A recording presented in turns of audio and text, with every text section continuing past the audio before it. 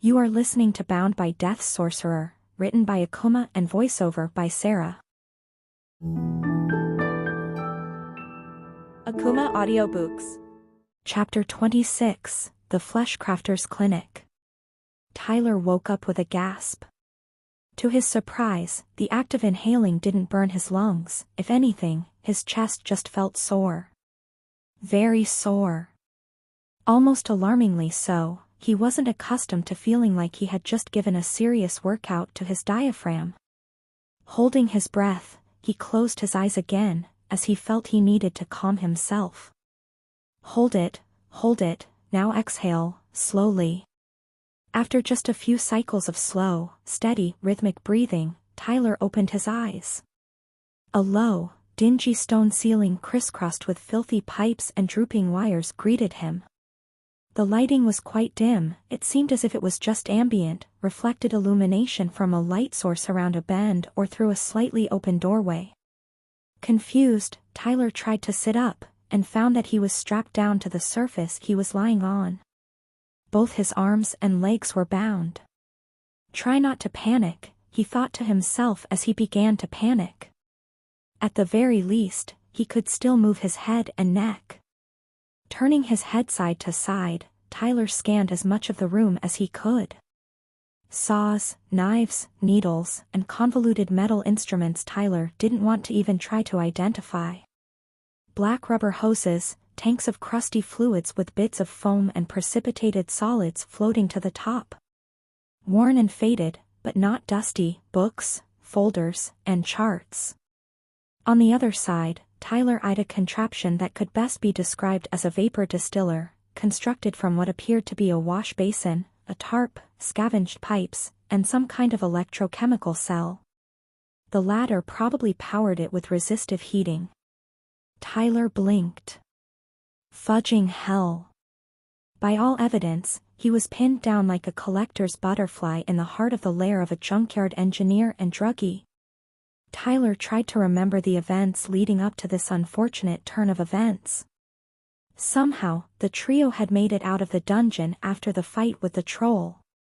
And then Emily had led them to the residence of that woman. Someone said that she also worked for Lord Harold, and then she had injected him with a needle. Tyler's panic evaporated. Not because he felt safe or reassured, quite the contrary.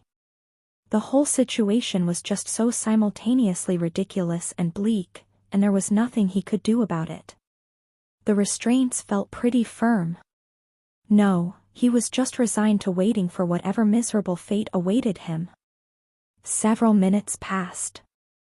With nothing else to do to pass the time, Tyler began scanning the room again, this time paying closer attention to each individual object. One of the tanks of questionable fluid also contained a dark, lumpy, indistinct shape. Tyler squinted. Something about it strongly suggested it was vaguely biological in nature. Not exactly reassuring. Half an hour passed, and Tyler had run out of interesting things to look at. The space was quite dimly lit, after all, and there was only so much he could identify or speculate on from his one constrained angle. And then the lights flicked on. The sudden illumination was nearly blinding. Squinting in pain, Tyler couldn't help but tense as heavy boots approached him. Turning his head, he tried to catch sight of the newcomer. "Oh good, you're awake." He recognized the voice, though it was still unfamiliar. It belonged to the woman Emily brought them to the previous night. This was probably her basement. Tyler cleared his throat. It was simultaneously dry and choked with mucus. "I suppose you prefer your victims to be conscious. Otherwise it can get pretty lonely in the lab, right?" Fortunately, while his throat was still hoarse, it no longer hurt to speak at a reasonable volume. At the same time, Tyler chastised himself for the banter. It had just slipped out, but now he regretted it. But the silver-haired woman laughed as she stepped into view. She was wearing a lab coat over work clothes now, surprisingly clean, Tyler noted. Now. Is that really how you should speak to the one treating you?" Returning his gaze back to the ceiling, Tyler frowned. It was true that his lungs no longer burned, and his breath came easily despite the soreness, even if he was in the presence of a dangerous hack. So far, she seemed to have been an effective one, assuming the implication that she had treated him was actually true. Licking his lips, he tried to decide what to ask first. "Who are you?" he finally asked. Although he couldn't see her, Tyler could for some reason imagine her frowning and tilting her head. Craning his own neck, he saw that he was mistaken. She was noting something down in one of the battered old books. "Nika," she said as she closed the book and looked up. "I'm one of Lord Harold's former associates." Tyler could hear the subtle emphasis on the word former. Was she merely referencing the fact that their boss was now dead, or was there something else there? "I've also been teaching your sister Fleshcraft," Nika continued, "though I hear that this is news to you?" Leaning back again, Tyler sighed under his breath. How much should he let on? "Yes," he finally said. Pausing for a moment, he gathered his thoughts. He sensed she was about to press the matter, so he quickly continued. "So you're a Fleshcrafter?" "Alchemist, Fleshcrafter, and physicist, mainly." She paused. "My actual class is alchemist, but I consider myself proficient in fleshcrafting and a leader in physics. And yes, I have a license in the first two." Tyler snorted. "Damn. How much did that cost you?" "I've never had much luck with Imperial clerks, but I'm also not Lord Harold." 15 cents to process the application, you little shit." She sounded angry at first, but Tyler was able to pick up that there was a deeper undercurrent of mirth. Has it ever occurred to you that some people are just good enough to not have to cheat? Despite his best judgment, Tyler felt himself really getting into it now. Of course not. But you either cheat, start out with a winning hand, or lose. Tyler resisted his smirk. "And pardon me, madam, but you don't strike me as someone who's been particularly favored by the dealer." Stepping close, Nika stood over him. She now wielded a small, used scalpel, which she examined with idle curiosity and consideration. "You talk a lot of shit for someone who's strapped down to an operating table in a sketchy Fleshcrafter's laboratory." Tearing his gaze away from the scalpel, Tyler tried to give the equivalent of a shrug with just his facial movements. He didn't think it worked. With all due respect, people who play it safe don't end up strapped down to operating tables in the laboratories of sketchy Fleshcrafters. "Well, not usually." Tyler almost sighed. He thought he had taken mostly reasonable, acceptable risks at each link in the chain of events, given the surrounding context at least, and yet here he was. Nika studied him impassively, with a blank, almost uncritical expression. "Right," she finally admitted, "I suppose you're right." "Now." She switched her attention to Tyler's side, adjusting her grip on the scalpel as she did so. Tyler tensed. "Let's get you up on your own 2 feet, she said.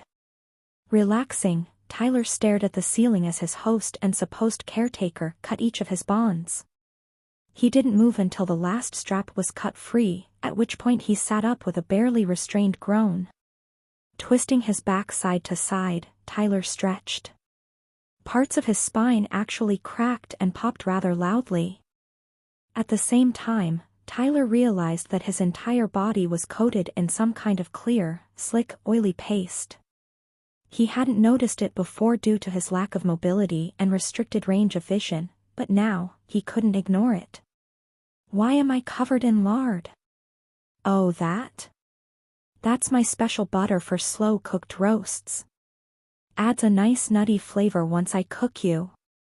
Tyler stared. Nika rolled her eyes and scoffed. "It's a healing salve, you dimwit. And you took up pretty much my entire supply. Care to tell me how you managed to give yourself chemical burns on the entire surface of your body, including your lungs?" Tyler frowned. I thought Emily explained that. Nika shook her head. Nope, all I got out of her was chaos exposure and ichor drippers. Care to enlighten me a little? Oh. Dangling his feet off of the edge of the cot, Tyler raked a hand through his filthy, greasy black hair. Well, I don't actually know quite how I did it, he paused. But I put way more arcane energy into an enchantment than it could actually hold, and then I threw it into a big mass of ichor drippers that was chasing me. I passed out then, but Emily said I vaporized most of them. Nika blinked. After remaining silent for a few moments, during which Tyler became increasingly conscious and ashamed of his own nudity, she shrugged. Well, that's certainly a new one. Chuckling, she reached into a nearby bin and chucked a ragged, worn towel at him. It's quite fortunate that you survived that. If you had told me beforehand, I wouldn't have bet much on your ultimate survival. Hastily wrapping himself in the towel as best he could, it felt kind of gross and wrong. Given the sticky salve, Tyler considered what Nika had just said. So I'm going to be all better? She tilted her head. I guess. I can take care of your lungs and skin, at the very least. For the chaos exposure, she shrugged. You'll probably have to get someone else to handle that. The best I can do is treat whatever physical symptoms crop up as they come. Tyler hesitated at that. Will you? He finally asked. Unfortunately.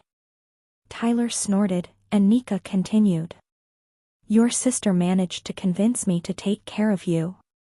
And lucky for you, that debt is hers, not yours. She rolled her eyes. So I guess we should all thank her for blessing the world with the continued existence of another reckless idiot. The Fleshcrafter shook her head in exaggerated disgust. Honestly, the worst part about fools like you is how unexpectedly creative they can get with their foolishness. Tyler let a little bit of his prior playful mirth slip back into his words. Well, no one else can anticipate my movements if even I don't have any idea what I'm doing. Yes, but I would greatly appreciate it if you could carry yourself with just a modicum of carefulness while you remain on my premises. It was Tyler's turn to roll his eyes. Nika's speech was ironically far too formal and diplomatic for him to take it seriously. As he fumbled with keeping the towel tied around his bare waist, Tyler tried to figure out what to ask next. I believe your sister is awaiting you. Tyler looked up, meeting the Fleshcrafter's gaze again. Can I clean up first? At least wash myself off and get some proper clothes on? Crossing her arms, Nika shook her head. No. My salve hasn't finished doing its work. On a professional level, I would go so far as to rather you remain towelless, but on a personal level, that's the one concession I'm willing to make. Licking his salve-smeared lips, Tyler frowned. Please? I can just put it on at night or something. But Nika stood her ground, glaring at him with a cool, steely gaze and refusing to budge. There isn't enough left for another coat. I'm already going to have to make more soon. Raising his hands in a pleading gesture, Tyler attempted to press the issue further. I mean, if you're going to have to make more anyway. Nika shook her head and pointed to the cracked doorway, behind which Tyler could just make out some steep, slick stone stairs. Nope. Just a towel. Now get out, your sister is quite anxious to see you. Sighing, Tyler slid off the cot and made his way to the rusty, paint-flaked metal door while doing his best to keep his raggedy towel from slipping. He needed to have some important, long-due conversations. And he was not looking forward to doing so while almost naked. Akumah Audiobooks.